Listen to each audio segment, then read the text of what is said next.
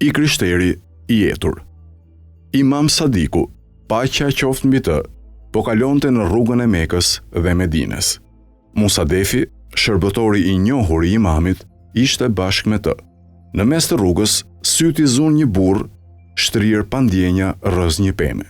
Imami I tha Musadefit: "Shkojmë ta shikojmë atë burr, se mos I ka rënë të fikët nga etja." Ju afruan dhe imami e pyeti: "A ke etje?" "Po," u përgjigj burri me gjysmë zëri.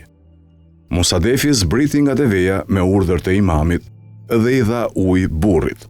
Mirë po nga fytyra, veshja dhe rrobat, u kuptua që ai nuk ishte mysliman, por I krishter.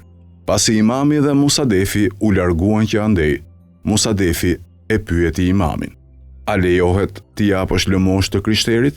Kur është domosdoshme, si tani?"